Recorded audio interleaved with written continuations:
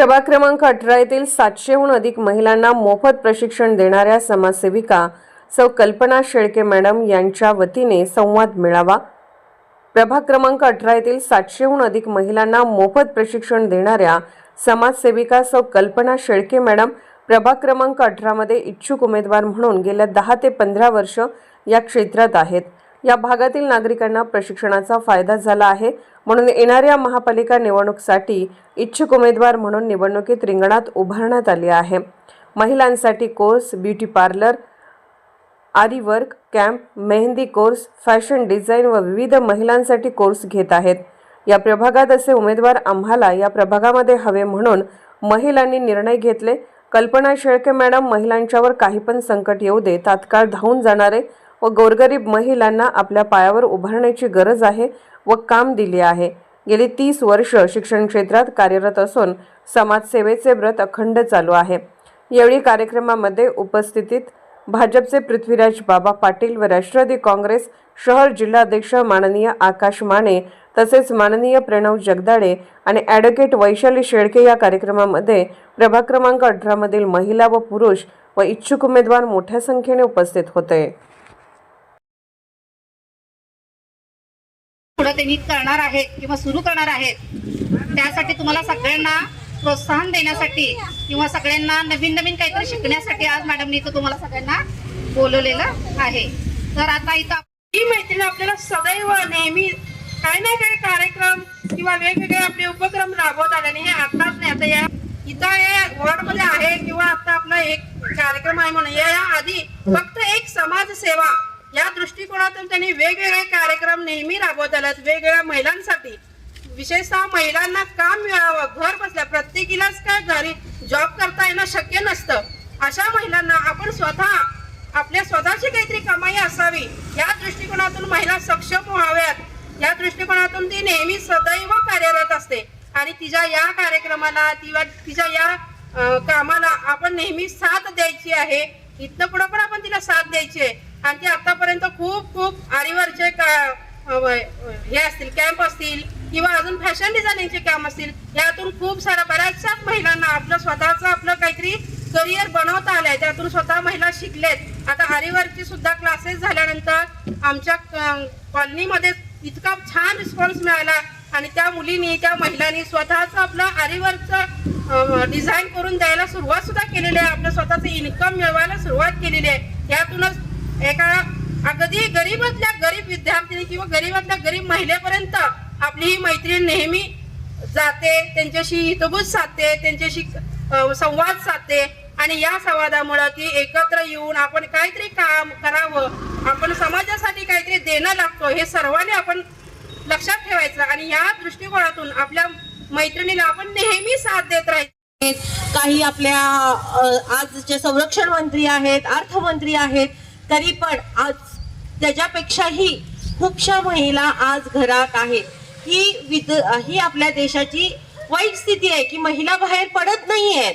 का पडत नाहीत ह्याला अन्यही कारण आहेत।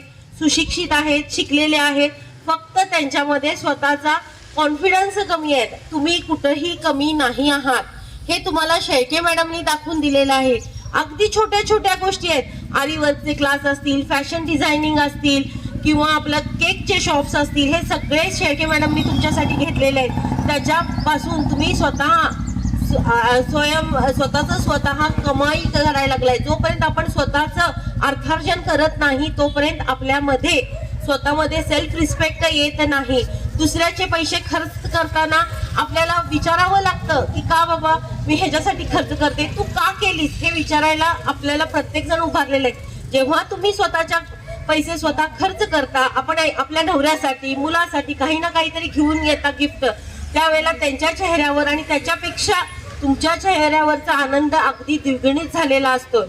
आणि आज शेळके मॅडम आजपासून काम करत नाहीये, त्या अगदी मुलांना मोफत शिक्षण जे त्यांनी समाजसेवेचा धुरा गेली 10-15 वर्ष इथं आल्यापासून घेतलेला आहे।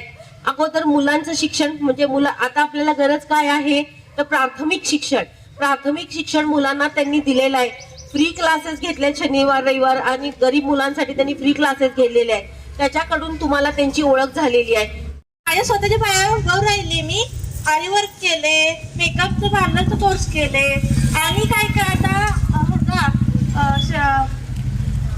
फॅशन डिझायनरचा कोर्स पण आता करणार आहे, मेहंदीचा पण झालाय. त्यांच्यामुळे मी माझ्या पायावर उभू शकले. मी माझे स्वतःसाठी मी काहीतरी करू शकले. माझ्यासाठी मी आता माझ्या वयात मी पैसे कमवायला लागले. नाहीतर एवढं कोण पुरी करत नाही, स्वतः पायावर उभरून असं स्वतःवर पुढे जात नाही. मी ती करू शकले ते शेळके मॅडममुळे.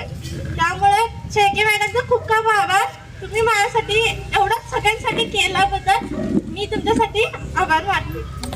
ना असं म्हणजे काय वाटायचं, ह्या आरी वर्कच्या माध्यमामुळे मी घरातून बाहेर पडले, आरी वर्क शिकले आणि आरी वर्क शिकले. मी घरी सुद्धा आरी वर्क करते आणि मॅडमांच्या मुळात आता क्लास सुद्धा घ्यायला बाहेर चालली आहे मी. आता मॅडमांनीच तो क्लास मला जोडून दिला आहे. आता सध्या मी रामनगरचा क्लास घेते. हे सर्व म्हणजे मॅडमांच्या कृपेमुळेच. त्या संवाद मीटिंगसाठी आपण सर्वजण उपस्थित आहात, त्याबद्दल मी सर्वांचं तुमचं पहिला स्वागत करतो. शेळके मॅडमनी आजपर्यंत जवळजवळ 8 ते 9 कार्यक्रम ठेवलेत महिलांसाठी. जवळजवळ प्रत्येक घरात पोचलेल्या ह्या आपल्या सगळ्यात प्रसिद्ध महिला आहेत. त्यांच्याशी सगळे घर एकूण एक घरापर्यंत पोचलेले. अक्षय संकट मम्मी आणि मम्मी संकट अक्षय असं गणित चाललेलं आहे. वार्डात आपल्या जवळजवळ सर्वच घरात पोचलेली माणसं आहेत. त्यांच्या कार्यक्रमासाठी आज आम्हाला उपस्थित केले. इथं मॅडमनी आरी वर्क, केकचं प्रशिक्षण आणि अशा बऱ्याच कार्यक्रमातनं मॅडमचा ठसा उमटवलेला आहे. आपण सर्वांनी मॅडमला अशी साथ द्यायची आहे. इथून पुढं लगेच आता आपल्याला निवडणुकीला सामोरं जायचं आहे. या निवडणुकीला सामोरं जाताना मॅडमना तेवढं फक्त विसरायचं नाही, एवढं लक्ष ठेवायचं सगळ्यांनी. याकरता मॅडमला आपण आज खरोखरच शुभेच्छा द्यायच्या आहे. त्याकरता मॅडमने आज इथं आपल्याला सगळ्यांना बोलवलं आहे, मला इथं बोलण्याची संधी दिली आहे. त्याबद्दल मी मॅडमचं आणि प्रयोजकांचं आभार मानतो. धन्यवाद.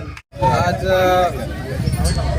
प्रभाग क्रमांक 18 मधील श्री स्वामी समर्थ मंदिर परिसरामधल्या या निवडणुकीमध्ये सामाजिक कार्यकर्त्या, आमच्या भाजपच्या कार्यकर्त्या सौ कल्पनाताई शेळके यांनी गेले अनेक वर्ष महिलांना ते मोफत प्रशिक्षणाचं जे कार्यक्रम राबवत आहेत आणि ज्या महिला यशस्वीरित्या हे प्रशिक्षण पूर्ण केलेलं आहे अशा महिलांना तो कोर्स पूर्ण झालेला त्यांना सर्टिफिकेट प्रदान करण्याचा कार्यक्रम एक अतिशय सुस्त उपक्रम सौ कल्पना शेळके या प्रभागामध्ये अनेक वर्ष राबवतात. या प्रभागाबरोबर बाहेरच्याही प्रभागातल्या महिलांना ते वेगवेगळ्या विषयामध्ये प्रशिक्षण देतात.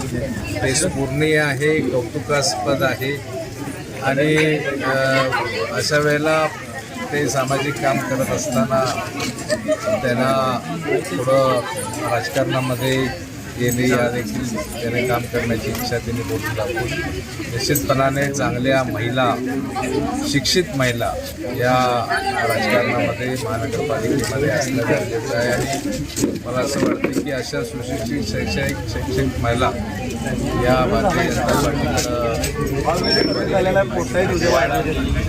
आणि निश्चितपणानं भारतीय जनता पार्टी हे मेरिटवर काम करणारा पक्ष आहे. आम्ही त्यांच्याबरोबरच असे जे काही मेरिटचे उमेदवार असतील या सर्वांचाच पार्टी सकारात्मक विचार करेल असं मी भारतीय जनता पार्टीचा एक कार्यकर्ता म्हणून. बाबा प्रभाग क्रमांक 18मध्ये यांनी इच्छुक उमेदवार म्हणून उभारणार आहेत आणि तिकीट नाही दिलं तर अपक्ष उभारण्याची सर्व महिलांची मागणी आहे, तर त्याबद्दल तुम्ही काय बोलता? मी माझ्या भाषणामध्ये सांगितलं की मी भारतीय जनता पार्टीचा शहर जिल्हा भाजप पक्षाचा कोर कमिटीचा सदस्य आहे. त्यामुळं त्यांच्याबरोबरच अनेक इच्छुक तिथं आहेत जे व्यासपीठावर आहेत किंवा अनेक प्रभागामध्ये अनेक इच्छुक असणारे आहेत. त्यामुळं सर्वच जणांना उमेदवारी देता येईल असं नाही आहे. कल्पनाताईंना उमेदवारी मिळाली तर निश्चित आनंद होईलच, परंतु जरी नाही मिळाली तरी बाकी अनेक ठिकाणी आहेत त्या ठिकाणी संधी त्यांना असं नाही.